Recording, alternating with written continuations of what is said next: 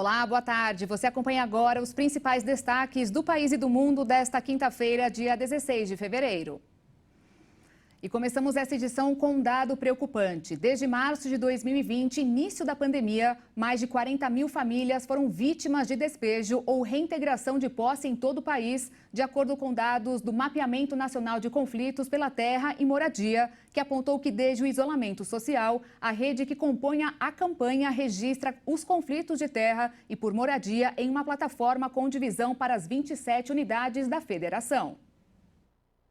Os dados atualizados para casos até fevereiro de 2023 mostrou que o estado de São Paulo lidera o levantamento com 7.376 famílias despejadas e outras 65.600 sob ameaça de despejo. Na sequência aparece o Rio de Janeiro e depois Amazonas. São 41.006 despejos totais nestes últimos anos que demonstram um problema histórico no país e que foi intensificado pela questão da falta de políticas públicas voltadas para casas populares. Segundo a organização, tem a ver com desmonte de políticas habitacionais, empobrecimento das famílias, queda de renda, custo de vida aumentando e, ao mesmo tempo, o governo desmontando aparato de programas de moradia de baixa renda. Durante a pandemia, o Supremo Tribunal Federal proibiu despejos, o que, na visão do grupo, impediu que o problema social fosse ainda maior, mas que ainda assim continuam ocorrendo. E o presidente Lula anunciou hoje que o salário mínimo deverá aumentar para R$ 1.320 a partir de 1º de maio. Em entrevista à CNN Brasil, informou ainda a tabela do imposto de renda, que não é reajustada há 7 anos, sofrerá uma correção para isentar quem recebe até R$ 2.640 por mês. Ainda não está definido a partir de quando a medida será implantada. O ministro da Fazenda, Fernando Haddad, pede que fique para o 2º semestre. A promessa de campanha de isenção para R$ 5.000 será cumprida aos poucos. O governo vai revisar os 7,5 milhões de benefícios para o novo Bolsa Família, que deve ser relançado na semana que vem. Cerca de 5 milhões se declaram como unipessoais, ou seja, disseram que moram sozinhos, e 2,5 milhões de cadastros apresentam indícios de irregularidades. Com o objetivo de incluir quem está de fora do programa e tem o direito e excluir quem está recebendo benefícios de forma irregular, 5 milhões de beneficiários que declaram ser unipessoas terão os dados revisados entre março e dezembro pelo Ministério do Desenvolvimento e Assistência Social, Família e Combate à Fome. Segundo o Ministério, em 2021, a média de famílias com mais de uma pessoa diminuiu, enquanto que os cadastros de pessoas que afirmam morar sozinhas aumentou de forma significativa. Entre dezembro de 2019 e dezembro de 2022, o número de cadastros unipessoais de beneficiários da transferência de renda cresceu 224%. A Controladoria Geral da União informou que o Ministério também vai verificar 2,5 milhões de beneficiários que apresentam indícios de irregularidades de renda e não atendem os critérios do programa. Com esse pente fino no cadastro, o governo pretende abrir espaço no orçamento do Bolsa Família para o pagamento do adicional de R$ 150 para famílias com crianças de até 6 anos, uma promessa de campanha. O governo federal também vai investir 2 bilhões e 400 milhões de reais para a atualização do Cadastro Único, a ferramenta que é responsável pela entrada nos programas sociais, como o Auxílio Brasil, e conta com mais de 40 milhões de pessoas inscritas. O presidente Luiz Inácio Lula da Silva confirmou que o governo federal vai relançar o Bolsa Família na semana que vem.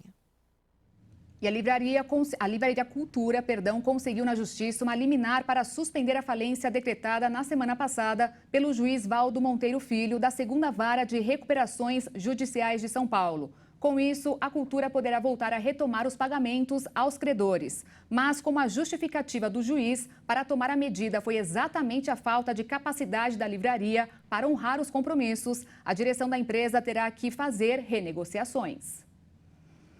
Hoje, o Conselho Monetário Nacional se reúne pela primeira vez em meio à crise com o Banco Central. Entre as atribuições desse encontro estão a definição da meta da inflação e regular as instituições financeiras.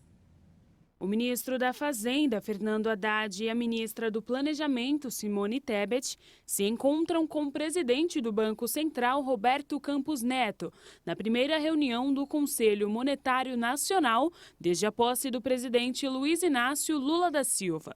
O Conselho é o colegiado que estabelece as diretrizes da política monetária e de crédito do país e também define as metas da inflação para a economia e influencia na taxa básica de juros, a Selic, e no ritmo do crescimento.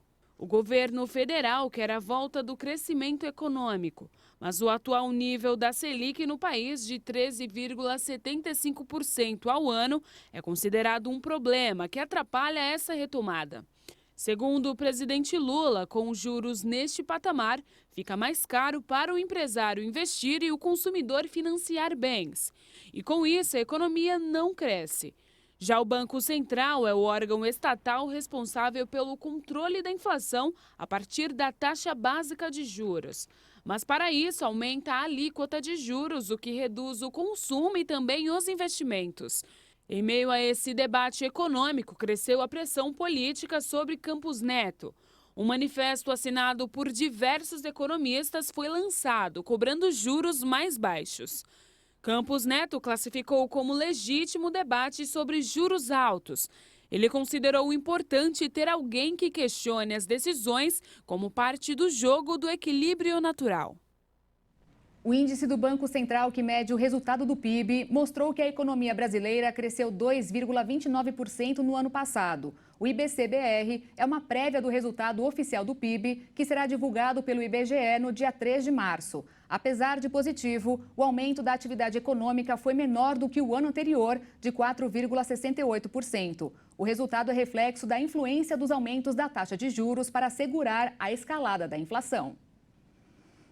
E nesta quinta-feira, a França enfrenta mais uma onda de protestos contra a reforma da Previdência, que tem como proposta adiar a idade de aposentadoria de 62 para 64 anos até 2030. No dia 7 de março, está planejada uma enorme greve que pretende paralisar o país.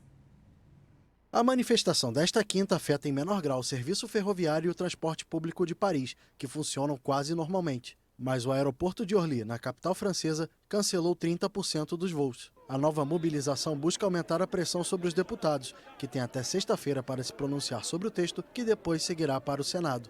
O objetivo dos sindicatos é que o governo retire a proposta de aumentar a idade de aposentadoria de 62 para 64 anos até 2030 e de adiantar para 2027 a obrigação de contribuir 43 anos, e não 42, como é atualmente, para receber uma aposentadoria completa. Se o governo não nos ouvir, nós já anunciamos uma próxima data, que é o dia 7 de março. Nós planejamos uma enorme manifestação que vai paralisar o país. E o que isso significa? Significa protestos massivos, que demonstrem a situação dos trabalhadores, as dificuldades, mas também a beleza, porque esse é um movimento bonito feito pelo mundo do trabalho. Vamos discutir as possibilidades, mas queremos realizar uma grande manifestação no dia 7 de março se o governo não nos ouvir. De acordo com as pesquisas, 2 em cada 3 franceses se opõem à medida. Apesar da rejeição, o presidente Emmanuel Macron continua apoiando o projeto. O líder francês argumenta que o plano evitaria um déficit futuro no fundo de pensão e aproximaria a idade de aposentadoria da população francesa à dos vizinhos europeus. O governo francês optou por um procedimento polêmico que permite aplicar a reforma no final de março, caso as 2 casas do parlamento não se pronunciem. A inadimplência cresceu 7,7% em janeiro na comparação com o mesmo mês do ano passado, o que representa que de cada 4 adultos, 1 está inadimplente ou pouco mais de 65 milhões de brasileiros. O grupo que mais influenciou essa alta do indicador foi o de dívidas existentes e a faixa etária de jovens entre 30 e 39 anos. Os dados foram divulgados nesta quinta-feira com base em um levantamento feito pelo Serviço de Proteção ao Crédito e pela Confederação Nacional de Dirigentes Lojistas de 26 estados e o Distrito Federal. E antes de encerrar, uma última informação. O plenário do Supremo Tribunal Federal, por maioria, autorizou o cumprimento de medidas como a apreensão do passaporte ou da carteira nacional de habilitação como forma de obrigar devedores a quitarem pendências. As penalidades incluem a proibição de participar de concursos públicos e licitações. Mais notícias com a Maria Alice Dias e a Juliana Dariva no Jornal das 18h30. E mais à noite comigo, de novo ao vivo, no Jornal das 22h, ao lado de Alexandre Jaqueto. E espero você. Obrigada pela companhia e até amanhã.